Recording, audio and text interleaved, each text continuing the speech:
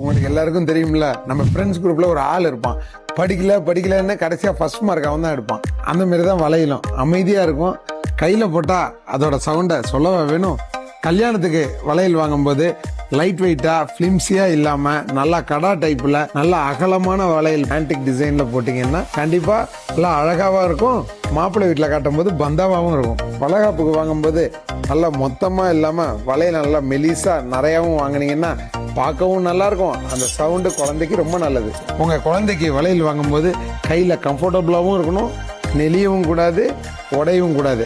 அப்படி பார்த்தீங்கன்னா கட்டிங் வளையல் தான் பெஸ்ட். இந்த மாதிரி எல்லா விதமான கலெக்ஷன்கள்லையும் வளையல் வாங்கணும்னா கைராசியான 140 ஆண்டு காலம் பாரம்பரியம் மிக்க நம்ம ஏஆர்சி காமாட்சி ஜுவல்ஸுக்கு அவசியம் வாங்க.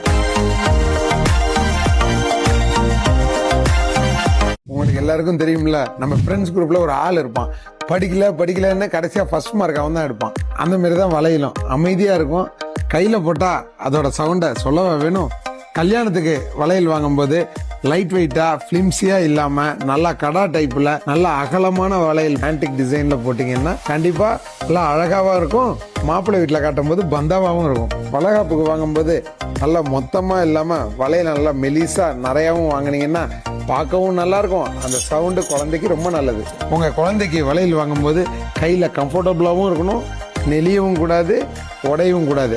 அப்படி பார்த்தீங்கன்னா கட்டிங் வளையல் தான் பெஸ்ட். இந்த மாதிரி எல்லா விதமான கலெக்ஷன்கள்லையும் வளையல் வாங்கணும்னா கைராசியான 140 ஆண்டு காலம் பாரம்பரியம் மிக்க நம்ம ஏஆர்சி காமாட்சி ஜுவல்ஸுக்கு அவசியம் வாங்க.